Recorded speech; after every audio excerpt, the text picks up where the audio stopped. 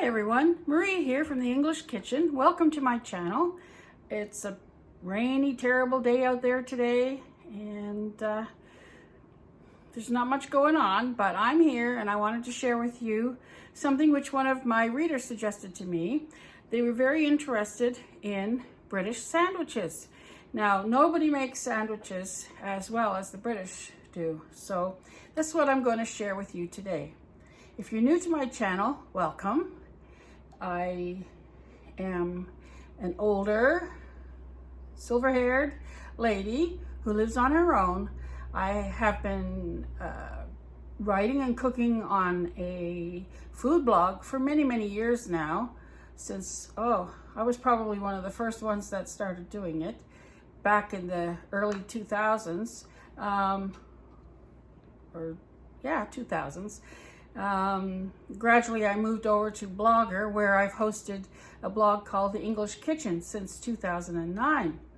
And I've just recently decided to make the move into video. This is very much a learning curve for me. I'm not sure I'm very good at it, but I hope to get better as time goes along. In the meantime, I do hope you'll be kind and bear with me as I move along this journey, make some mistakes, hopefully get better. Anyways, I wanted to show you. My sister inspired me to get this apron.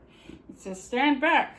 This could get messy." That seemed to really suit what I'm trying to do here. So I hope you can see that forward. If not, well, one of these days I'll figure out how to put it the right way around. I live in a very small house. I have a very small kitchen, but there's only me and my cats to please in this place, unless I have company. So most of what I cook these days is usually small batches of things. It's just a waste for me to cook anything larger. Now, sandwiches. I'm gonna bore you first with some of the history of sandwiches. Sandwiches have been around probably for as long as people have been around, but historically speaking, they really came into their own in the 1700s, when a man named John Montagu, who was the 4th Earl of Sandwich, he invented what we call the sandwich today. As the story goes, he was playing cards and he didn't want to leave the gaming table to eat. So he asked one of his servants to prepare him a serving of roast beef placed between 2 slices of toasted bread so he could eat with his hands and not get his playing cards dirty. And the rest is history. Sandwiches have been around ever since. In the UK, they're sold widely in cafes, railway stations, pubs, and diners. Probably since the invention of sliced bread in the 1920s. Sandwiches used to be kept unwrapped, but that wasn't very good because they dried up very quickly and they probably weren't very tasty. In the 1970s, cafes and buffets in railway stations were well known for serving sandwiches, and that's where the term the British rail sandwich came into play. And often used satirically because, as I said, they never used to be wrapped, they used to be dried up, and were not very palatable. But they've been improved a great deal since then. The British love sandwiches, and they make beautiful sandwiches. Some of the best sandwiches that I bought that were pre-made were from Marks and Spencer's. Now, I don't know what you can buy in Marks and Spencer's that isn't tasty, but sandwiches certainly were very well done there. They were always served with fresh bread, ample fillings, tasty. We loved our Marks and Spencer sandwich. And I believe that they were the first ones to introduce sandwiches marketed in those wedge-shaped sandwich boxes, from what I understand. Now, I was very interested recently to read a survey that had been done on what the most popular sandwiches were in the UK. Now, there's probably as many sandwiches as there are, I don't know what, in the UK. I was introduced to so many new and different varieties when I moved over there that I was astonished. And not a peanut butter and jelly sandwich to be found amongst them, I'll have to admit. They think that's a rather strange combination. But to be honest, I thought some of their combinations were rather strange as well.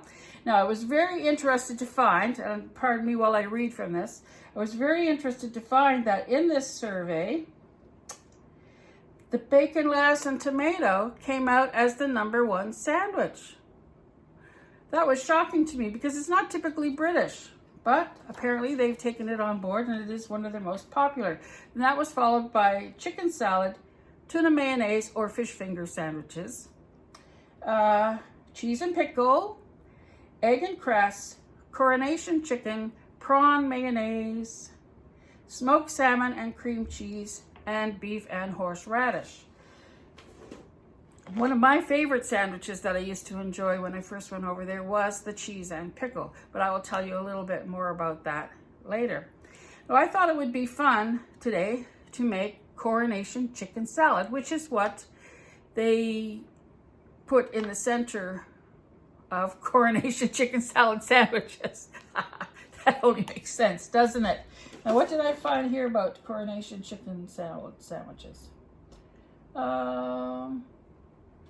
I don't have it. Anyways, I believe it was invented for one of the Queen's, well, for the Queen's coronation. That makes sense, doesn't it? Duh. Yeah, Coronation chicken. What it is a kind of a curried chicken salad. And it's very, very good. So I'm going to move you down here to watch what I'm doing while I make this Coronation chicken salad. And then we'll make a sandwich together. Okay, can you see all my ingredients? I hope so. Okay, so what I have here is, and I've cut the quantities in half for myself because there's only me here, but I will give you the quantities for the full recipe, which would make enough filling for 6 sandwiches. So what I have here is a pound of cooked chicken or 3 cups diced or chopped. A half a cup of good quality mayonnaise, 3 tablespoons of mango chutney, a tablespoon of lemon juice, 2 teaspoons of curry powder. You could use medium or mild. I've got a medium curry powder here because I rather like the taste of curry. Some salt, some pepper, and a pinch of ground cinnamon. And I have chosen to use a mix of dried apricots and sultana raisins, but you will need 3 tablespoons of either or both. So I'm going to begin by tossing in my dried fruit and my mayonnaise.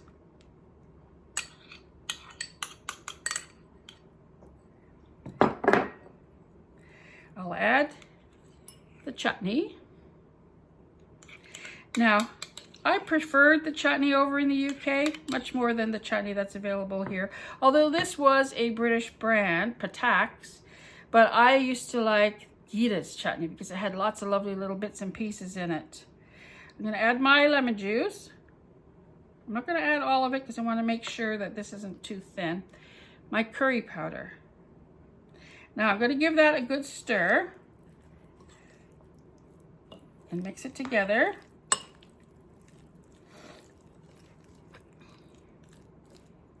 I don't want this to be runny. I want it to be nice. It's a little bit on the dry side, so I'll add a bit more of that. Now I haven't added my seasoning yet. So I'm going to add just a bit. Well, actually, I'm going to mix all 3 together, the salt, the pepper, and the cinnamon powder. And then I'm going to sprinkle it over top. I'm going to stir that in. I haven't added it all yet. I want to taste it first. Get rid of these.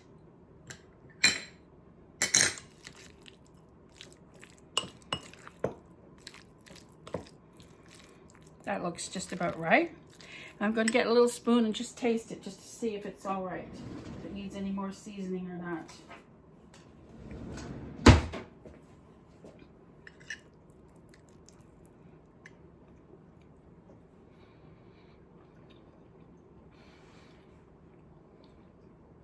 That's very good, but I think I'll add the rest of this salt and pepper here. Okay.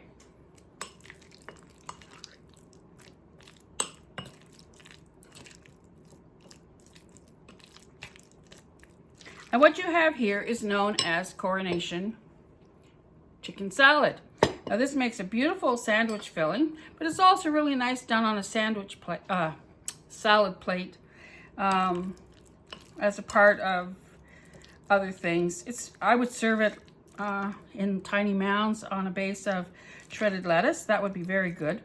But today I'm going to use it as the base for a delicious sandwich. Let me get rid of these things, put them out of the way. Now, I found this bread the other day in the grocery store and I really quite like it. Of course, I like the bread in the UK much better, as I said, than the bread here in Canada, but this is quite nice. What's it called? Snares. I had never heard of this before. So I'm going to use white bread, but you can use whatever kind of bread you enjoy. If it's brown bread, use brown bread. I think a nice malt bread would be good with this malt-seeded bread. Okay, so I've got my 2 slices of bread here. You want to spread your bread with a thin layer of butter on each slice. Now, I know a lot of people don't like butter on their sandwiches, but for something with filling here that's somewhat moist, the butter is going to help prevent the bread from soaking up any of that filling and becoming soggy. So I'm going to do a nice thin layer of butter on both slices, right to the edges of the bread.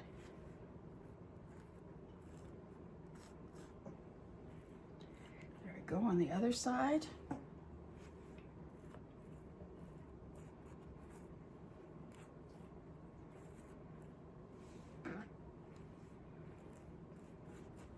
There we go.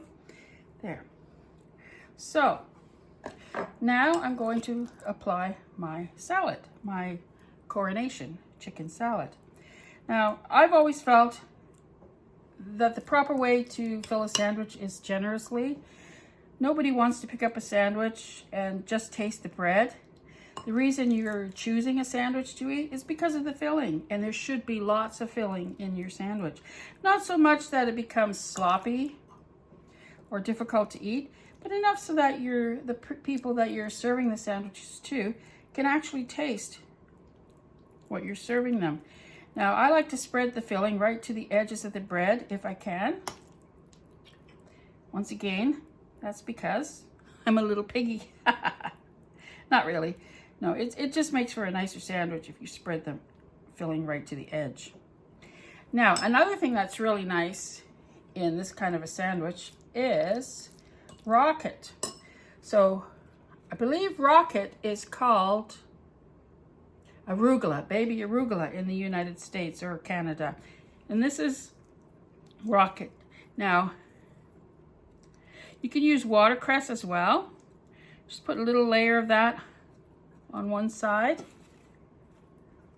Now, I find if the stems are really long like this one, I'll just take them off because nobody wants to eat a long stem. Well, I don't want to eat a long stem anyways. So let's see here. We've got a nice layer of rocket there. That's going to add a little bit of a peppery flavor note. Okay, so once you've got that, both sides ready, just sort of throw it together like that, put it together like that, and your sandwich is made. So you can cut that in halves or quarters. Let me tuck that in there. I think I'm going to cut it into quarters. Now, this is one of the sandwiches that I've made today, is the Coronation chicken. You can see the filling there. But I also took the liberty of making a few sandwiches earlier so that I could show you a variety of the sandwiches that were available in the UK.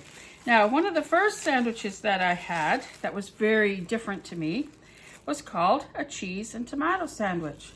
Now, I had never heard of putting cheese and tomato together before, or tomato as you might want to say it. And what it is, it's just buttered bread with a generous layer of strong cheddar cheese or medium and thinly sliced tomato. You can sprinkle a bit of salt and pepper on the tomato if you want.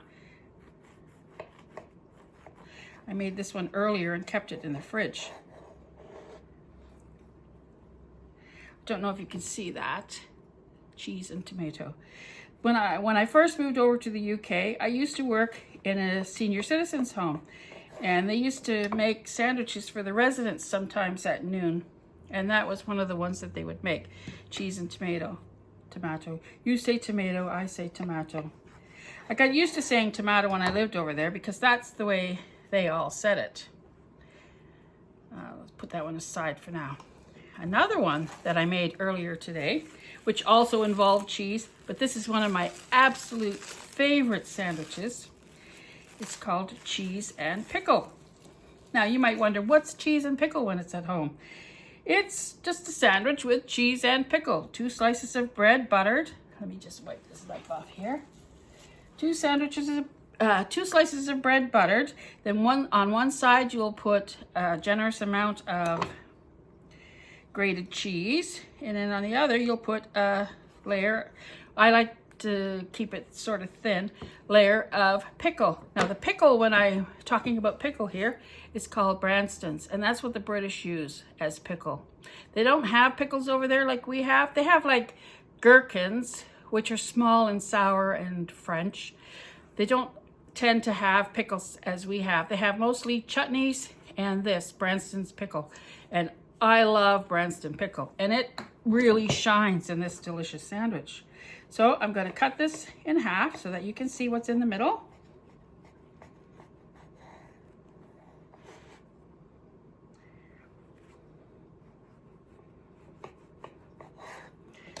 And that's what you would see in a cheese and pickle sandwich. And oh my, they are so delicious. I'm going to put those over on my plate. By the time I'm finished here, you're going to have a delicious little plate of sandwiches. Just put that aside for now. Now, as I mentioned earlier when I was talking, another popular sandwich, and one that I always used to love, are roast beef and horseradish. And it's exactly what it says. A sandwich with a layer of spread with horseradish, layered with roast beef, and then, once again, rocket or baby arugula on top. Let me wipe my knife off while I cut this in half.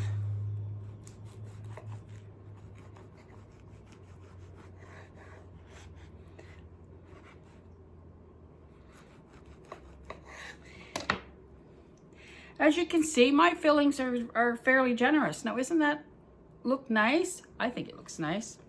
I quite like those kind of sandwiches. They're one of my favorites. So I'm going to put them on the plate.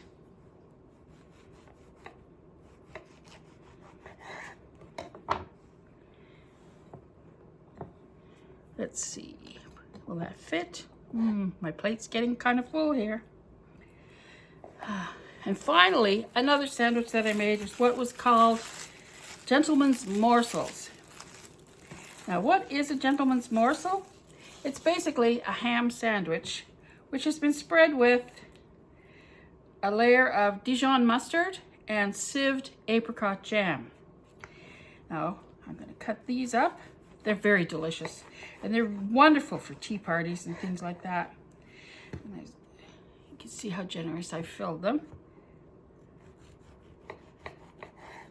I'll put some of those on my plate.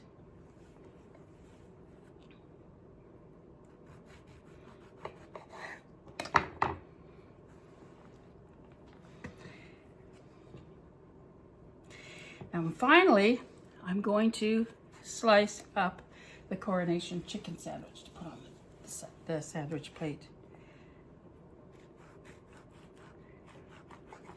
Now, when slicing sandwiches, it's much easier to slice them if they're cold. Also, a serrated knife makes a huge difference when it comes to slicing them. Now, if you were having a really fancy tea party, you might want to start by slicing the crusts off of your sandwiches. There's a piece of apricot there, which would make for a much prettier presentation. But I'm not making these for a tea party. It's just for us, you and me. So I'm just leaving the crusts in place. Now, sandwiches are something that you can make well ahead of time. I like to, where am I going to fit this one? I'll just put it there. I like to make my sandwiches usually about 24 hours ahead of time. I wrap them up in cellophane, pack them into, usually I have empty bread bags if I'm making sandwiches for a lot of people, and keep them in the refrigerator overnight.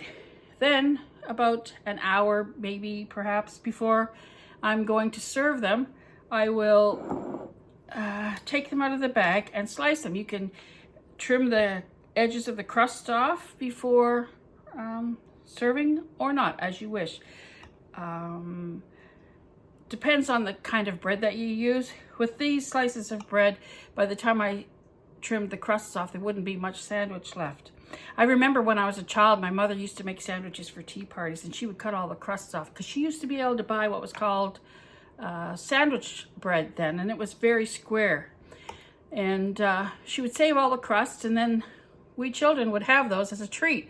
And nothing tasted better than the crusts trimmed off of those tea sandwiches. We thought we were having something really special there. And we were, because my mother had made it. Okay, so about an hour before serving, maybe half an hour, depends on how many sandwiches you're going to prepare. You want to trim them, cut them into either quarters or fingers, and place them on your serving platters. Now, to keep them from drying out, what I like to do is to take several layers of paper kitchen toweling, and I get it wet, and then I squeeze as much water out of it as possible, and then I lay that over the sandwiches. This helps to keep them moist so they don't dry out. I will make sure they're all well covered with that, and then a thin layer of plastic cling film over top. And when you're ready to serve, just remove all that and everything will be fresh and ready to eat. Now, are you ready to look at me again? Hope so, because here I am. Anyways, I hope you've enjoyed this video today. It's just a simple video. I'm learning as I go, as I said. If you have liked it, please click like, subscribe, and I would really love it if you'd leave a comment below. Perhaps with some suggestions of videos that you'd like to see me do in the future. Things that you feel I might be able to improve on. Just anything. I'm just happy to hear from you. Hearing from you really makes my day, one way or the other. So, I think I'm going to be having sandwiches for lunch today. How about you? And I've got a really tasty variety here as well. I might have to take some over to my next door neighbor for her to enjoy, because there's a little bit too much for me here. Anyways, thank you so much for joining me on this video. I hope you'll come back another time. Soon, hopefully, I'll be doing another one. And in the meantime, don't forget, as I always say, God loves you and I do too. Bye.